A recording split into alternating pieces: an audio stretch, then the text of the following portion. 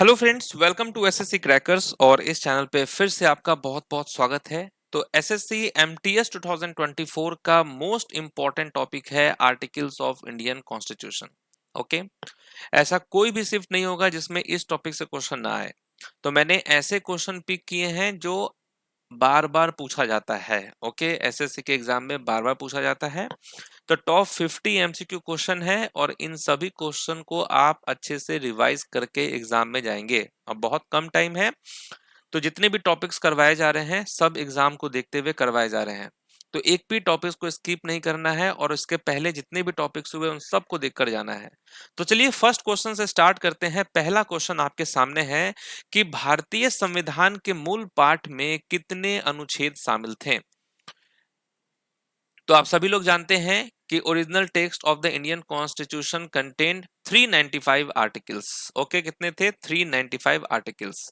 Next है कि abolition of untouchability, ये किस आर्टिकल से रिलेटेड है? तो आप क्या कहेंगे? एबोलिशन ऑफ अनटचेबिलिटी जो है ये आपका आर्टिकल 17 से रिलेटेड है। नेक्स्ट क्वेश्चन है which article of the constitution of India provides equal protection of the laws and equality before the laws. क्या होगा करेक्ट आंसर? तो वो कौन सा अनुच्छेद है जो कानूनों की समान सुरक्षा और कानून के समक्ष समानता प्रदान करता है? तो आप कहेंगे article 14। Very very important article है ये। नेक्स्ट है कि भारत के संविधान के निम्नलिखित में से कौन सा अनुच्छेद संविधान में संशोधन से संबंधित है? तो संविधान में संशोधन से संबंधित है, आप क्या कहेंगे? आर्टिकल 368। नेक्स्ट क्वेश्चन है कि भारत के संविधान के किस अनुच्छेद के तहत राष्ट्रीय अनुसूचित जाति आयोग की स्थापना की गई है?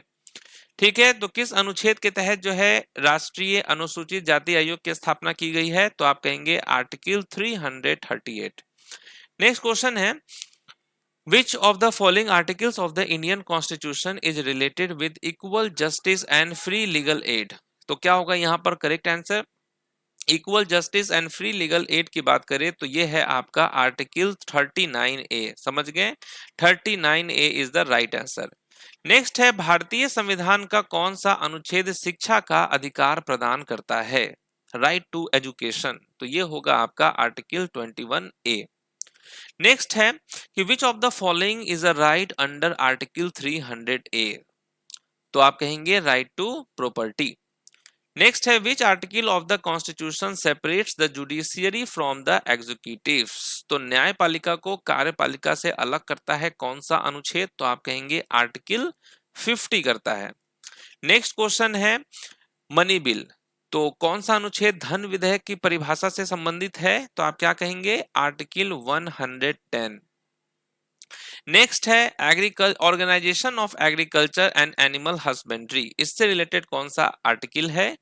तो आप क्या कहेंगे? आर्टिकल 48। आर्टिकल 48 किससे रिलेटेड है? तो organisation of agriculture and animal husbandry से। नेक्स्ट है कि which article of the Indian constitution prohibits religious instruction in any state funded educational institution?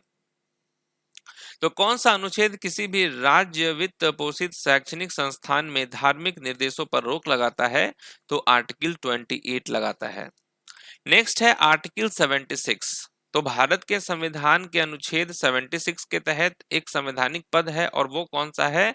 तो अटॉर्नी जनरल फॉर इंडिया है। समझ गए? Attorney general for India. Next है abolition of title, तो abolition of title से related कौन सा article है? तो आप कहेंगे आर्टिकल 18। और abolition of untouchability article 17। Next question है भारतीय संविधान का कौन सा अनुच्छेद धार्मिक मामलों के प्रबंधन की स्वतंत्रता प्रदान करता है?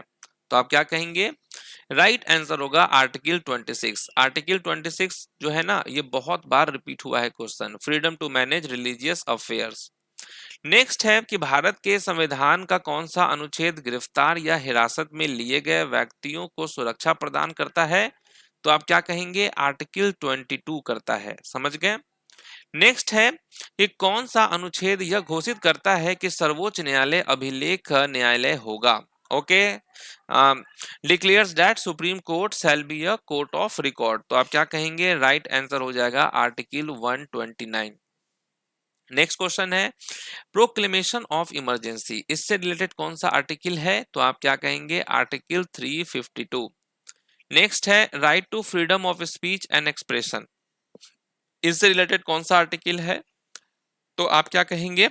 आर्टिकल 19। नेक्स्ट है आर्टिकल 36 से 51 of the constitution of India pertain to dash. तो आर्टिकल 36 से 51 जो है ये किससे संबंधित है? तो directive principle of state policy से संबंधित है। नेक्स्ट है what does article 360 of the constitution of India provide with. तो भारत के संविधान का अनुच्छेद 360 क्या प्रदान करता है?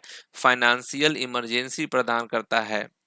नेक्स्ट है भारत के संविधान के किस अनुच्छेद में कहा गया है कि भारत का एक राष्ट्रपति होगा? भारत का एक राष्ट्रपति होगा ये कहा गया है आर्टिकल 52 में।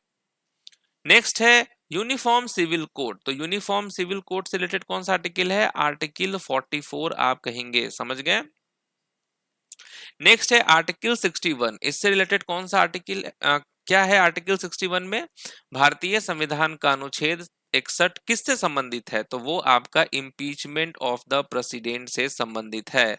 और इससे रिलेटेड एक क्वेश्चन और पूछ देता है कि किस देश के संविधान से हमने इम्पीचमेंट ऑफ द प्रेसिडेंट लिया है? तो वो होता है आपका यूएस, अमेरिका से हमने लिया है। ओके, फंडामेंटल ड्यूटीज हमने यूएसएसआर से लिया है, और फंडामेंटल राइट्स अगर पूछ ले तो वो हमने किससे लिया है? वो भी हमने यूएस से लिया है। नेक्स्ट है कि भारतीय संविधान का कौन सा अनुच्छेद उपराष्ट्रपति के चुनाव से संबंधित है? तो election of the vice president से रिलेटेड आपका आर्टिकल 66 रिलेटेड होता है। नेक्स्ट है भारत के संविधान के किस अनुच्छेद में प्रावधान है कि राज्यों के राज्यपाल होंगे? राज्यों के राज्यपाल होंगे ये आपको आर्टिकल 153 में है। ओके, तो देखिए गवर्नर से रिलेटेड जो है ना बहुत सारे क्वेश्चंस आते हैं एग्जाम में, जैसे कि आर्टिकल 153 हो जाता है गवर्नर्स ऑफ स्टेट से। अपॉइंटमेंट जो है गवर्नर का ये है 155 में। कितने सालों का टर्म होगा? टर्म ऑफ ऑफिस जो है वो आपका 156 में है। क्वालिफिकेशन क्या होना चाहिए अपॉइंटमेंट के लिए गवर्नर्स का? वो 157 में है। और ओथ और इंफॉर्मेशन बाय द गवर्नर ये आपका 159 में है। समझ गए? ये भी याद कर लेंगे आप। नेक्स्ट है कि भारत के संविधान के निम्नलिखित में से किस अनुच्छेद को साधारण बहुमत से संशोधित नहीं किया जा सकता है?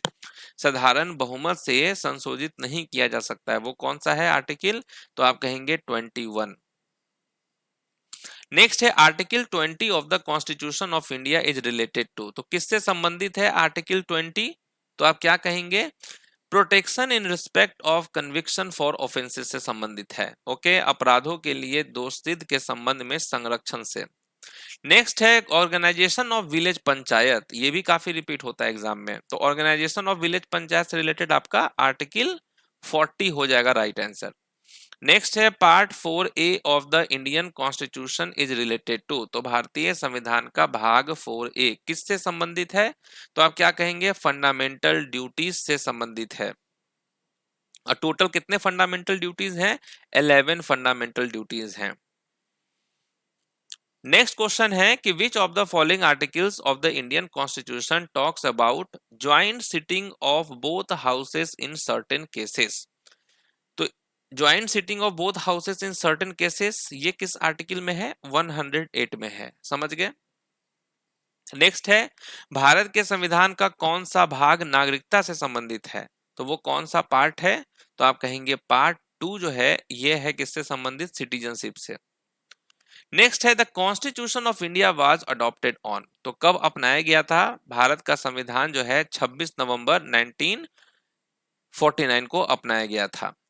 नेक्स्ट है which of the following articles provides the minorities the right to establish and administer educational institution of their choice. तो कौन सा अनुच्छेद अल्पसंख्यकों को अपनी पसंद के शैक्षणिक संस्थानों की स्थापना और प्रशासन करने का अधिकार प्रदान करता है? तो आप कहेंगे आर्टिकल 30।